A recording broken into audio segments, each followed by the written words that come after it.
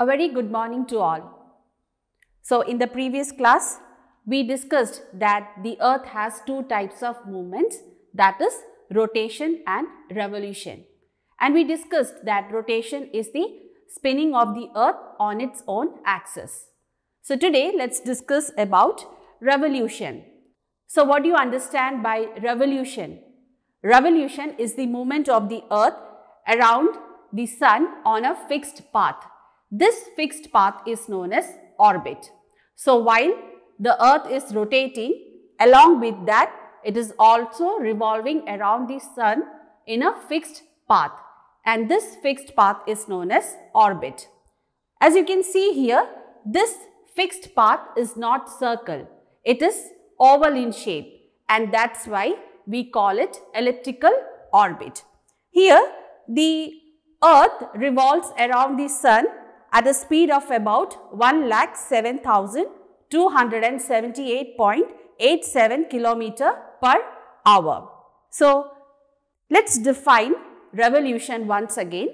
Revolution is the movement of the earth on its elliptical orbit around the sun in 365 1/4 days. So this was about revolution.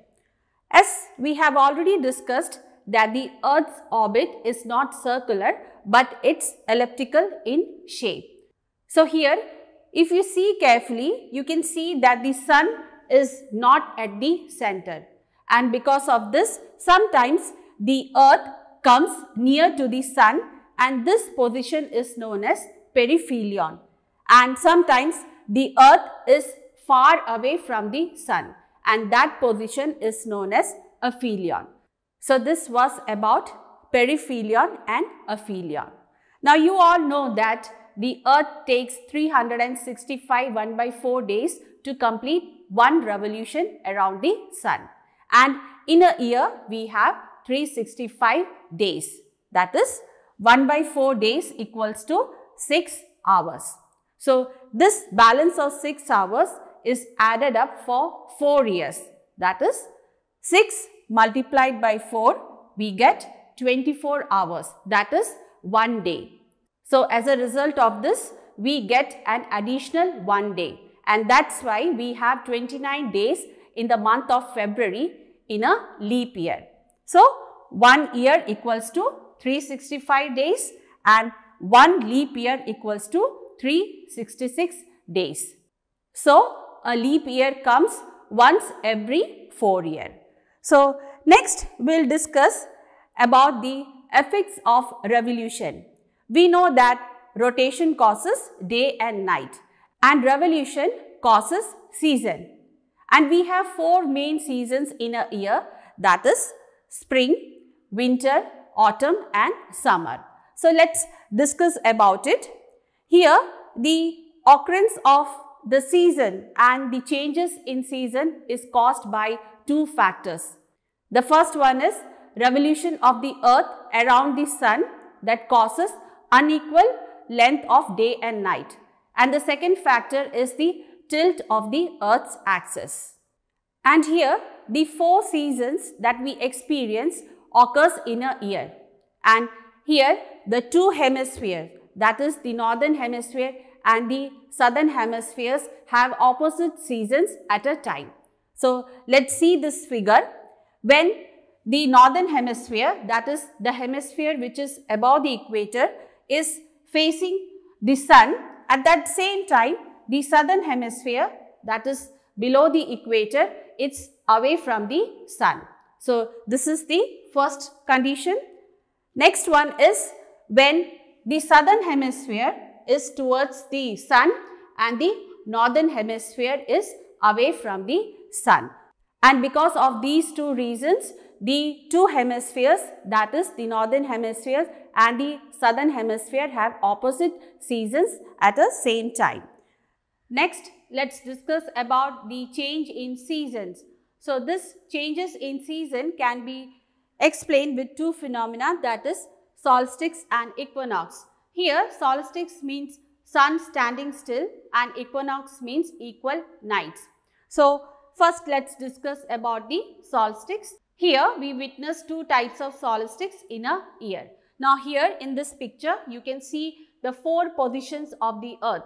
That is the first position on 21st March, second position on 21st June, third position on 23rd September, fourth position on 22nd December.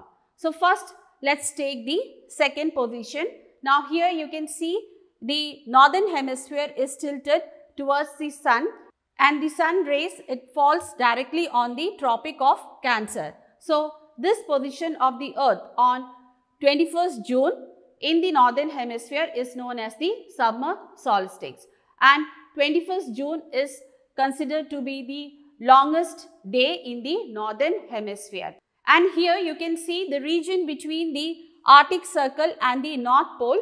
It receives sunlight 24 hours a day for few months, and here the sun does not set for few months. Whereas at the same time in the southern hemisphere, it's winter solstice. As you can see here, the southern hemisphere is away from the sun, and here the nights are longer and the days are shorter. And the region between the Arctic Circle and the South Pole, it remains in darkness for few months, as here the sun does not rise for few months. So this was about the summer solstice in the northern hemisphere on 21st June. Now let's move on to the fourth position of the earth.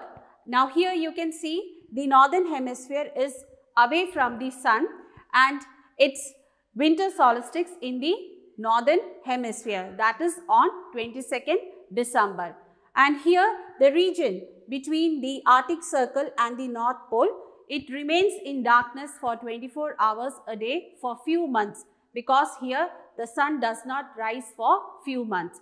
And at the same time here in the southern hemisphere, you can see the sun rays, it falls directly on the Tropic of Capricorn, and here 22nd December is the longest day in the southern hemisphere, and this is known as the summer solstice in southern hemisphere, and 22nd December is the longest day in the southern hemisphere. Here the days are longer and the nights are shorter. And the region between the Antarctic Circle and the South Pole, it receives sunlight 24 hours a day for few months, because here the sun does not set for few months. So this was about the summer solstice and winter solstice. And here in page number 120, you can see the differences between the summer solstice and winter solstice. Here the first difference is that in the summer solstice, the North Pole is tilted towards the sun, whereas in winter solstice, the South Pole is tilted towards the sun. Second point is that in summer solstice, the sun rays falls directly on the Tropic of Cancer, and in the winter solstice, the sun rays falls on the Tropic of Capricorn. The third point is that in summer solstice, it's summer in the northern hemisphere, where the days are longer and nights are shorter. Whereas in the winter solstice, it's summer in the southern hemisphere, where the days are longer and nights are shorter. The next difference is that in summer solstice, 21st June is the longest day in the northern hemisphere, whereas in the winter solstice, 22nd December is the longest day in the southern hemisphere. Now the last difference is that in summer solstice, the region that lies between the Arctic Circle and the North Pole, it receives sunlight for 24 hours a day for few months, whereas in winter solstice, the region between the Antarctic Circle and the South Pole, it receives sunlight for 24 hours a day for few months. So these are the differences between the summer solstice and winter solstice. Now next we'll discuss about equinox. So here we witness 2 equinox in a year.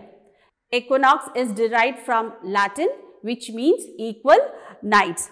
So here, as the earth moves from the second position, that is June position, here every day the duration of the sunlight decreases till it reaches 23rd September.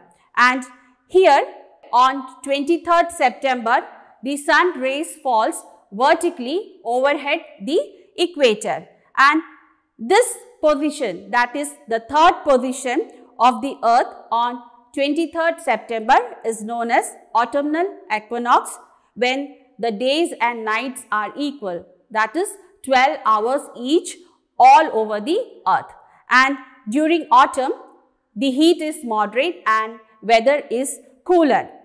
So, September and October are the autumn months for the northern hemisphere, and at the same time it is spring in southern hemisphere. So, this was about the autumnal equinox, that is the third position.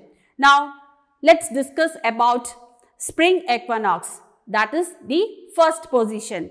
So, here as the earth starts moving from the fourth position, that is the December position, here the winter starts decreasing till it reaches the first position, that is March position. So, on 21st March, the sun shines vertically overhead the equator, and this first position is known as the spring equinox or the vernal equinox, where all places once again have equal day and night.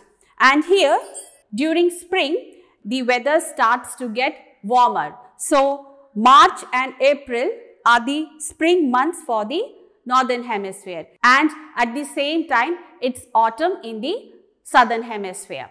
So, this was about the two phenomena, that is solstice and equinox. Now, next you have an activity. Two questions are there. The first one is, explain why Norway, Europe is called the land of the midnight sun. Second one, find out why the circle of illumination does not coincide with the Earth's axis. So, you have to write both the answers in your notebook and submit in Teams. That's all for today. We will meet in the next class. Thank you.